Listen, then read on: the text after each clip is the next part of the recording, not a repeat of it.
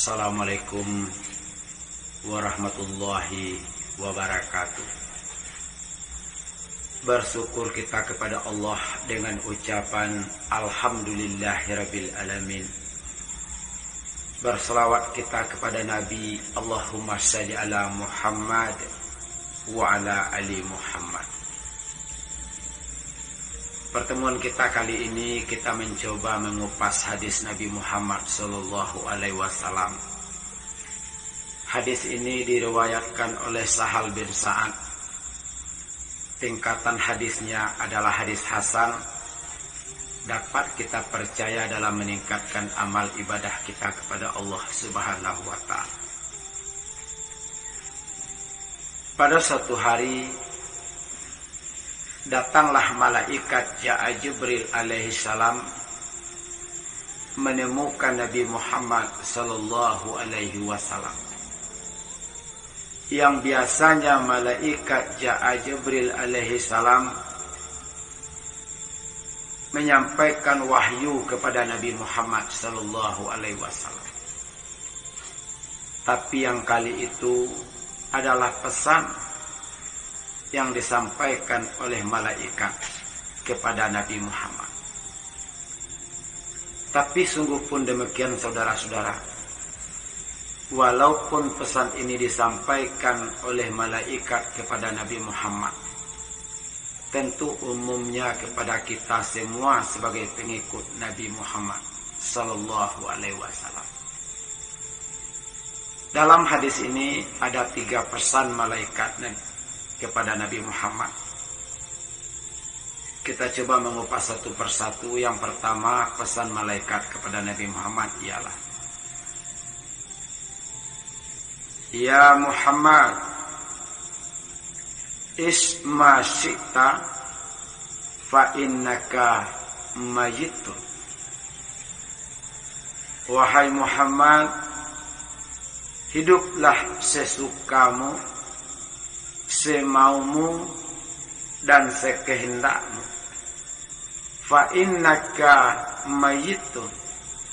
Tapi ingat, suatu saat engkau akan menjadi mayat. Ini sesuai dengan firman Allah. Allah yang berfirman, Al-Quran yang menceritakan. Di dalam surat Az-Zumar ayat yang ke-30, Innaka mayyitun wa innahum mayyitun. Sesungguhnya engkau Muhammad akan menjadi mayat,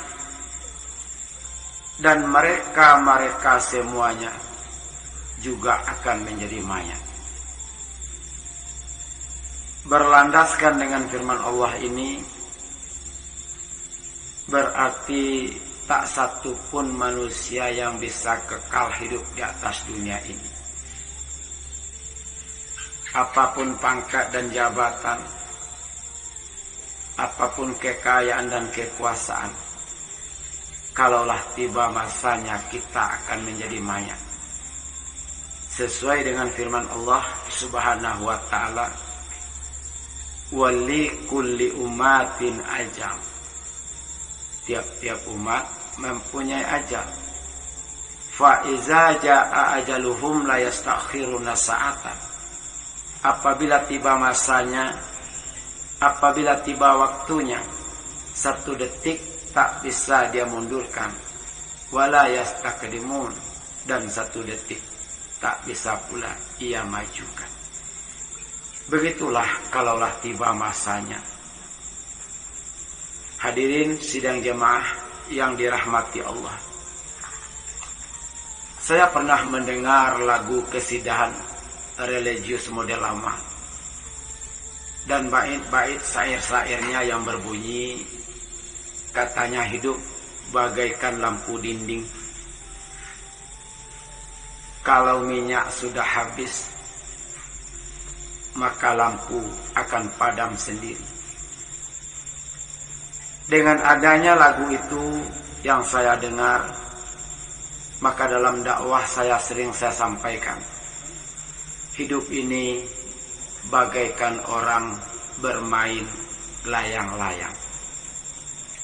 Bagaimana orang bermain layang-layang?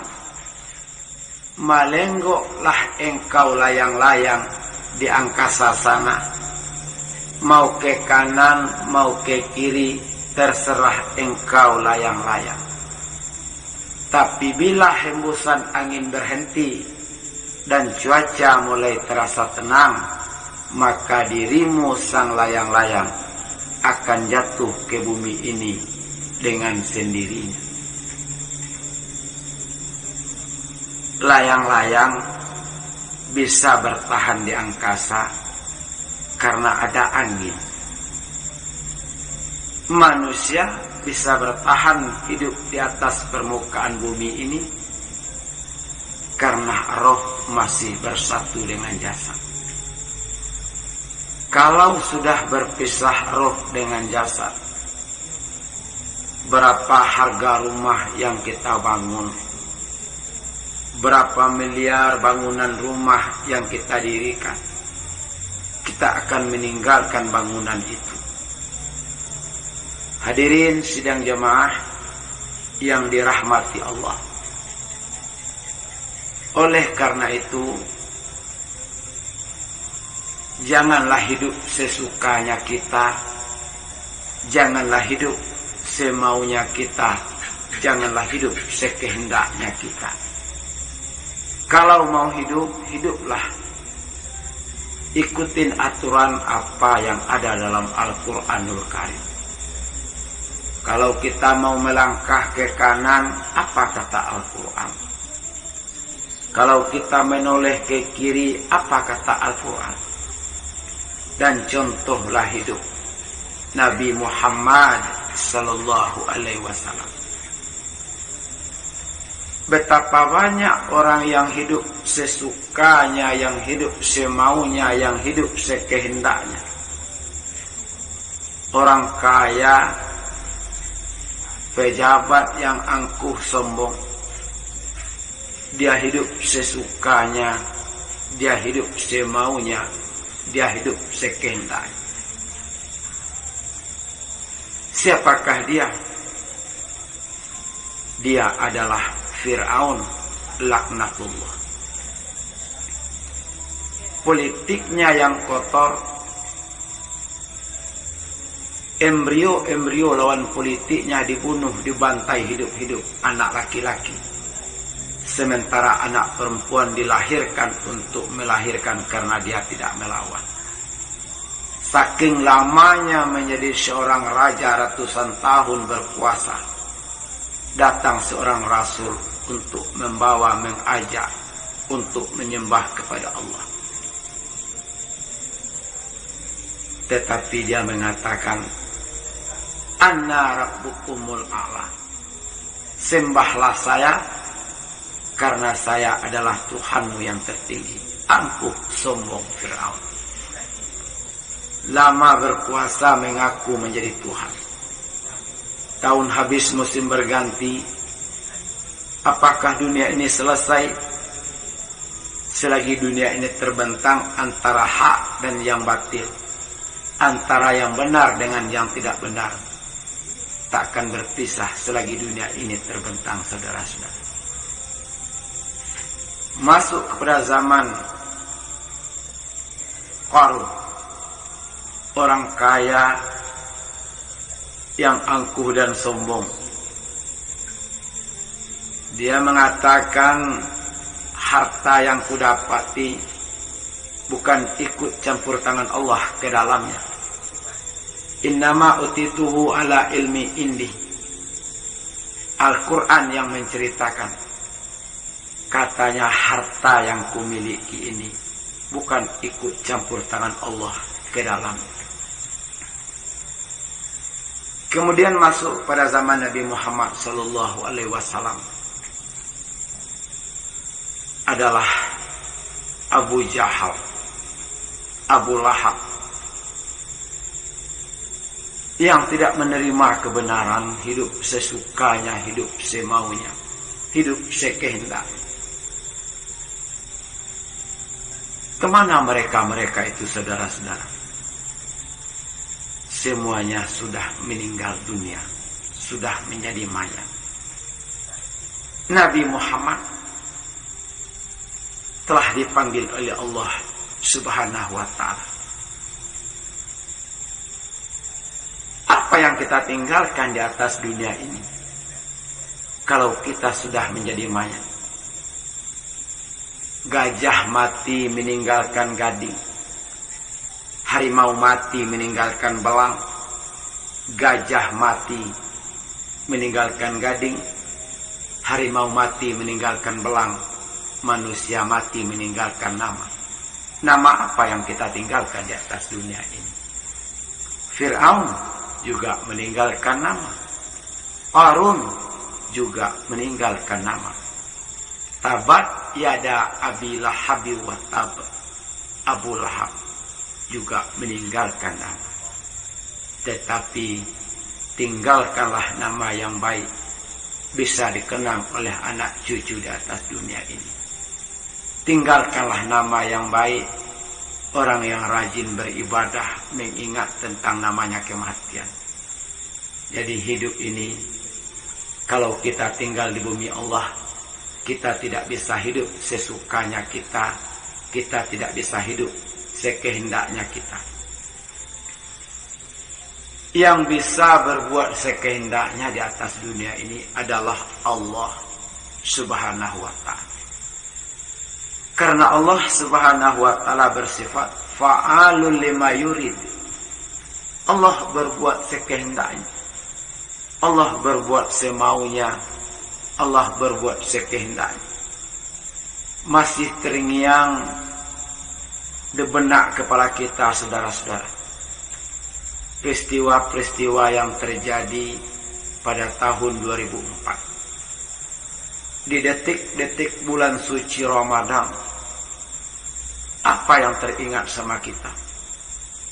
Yang terbayang sama kita adalah Nun, daerah ujung Sumatera, Aceh, Serambi, Mekah.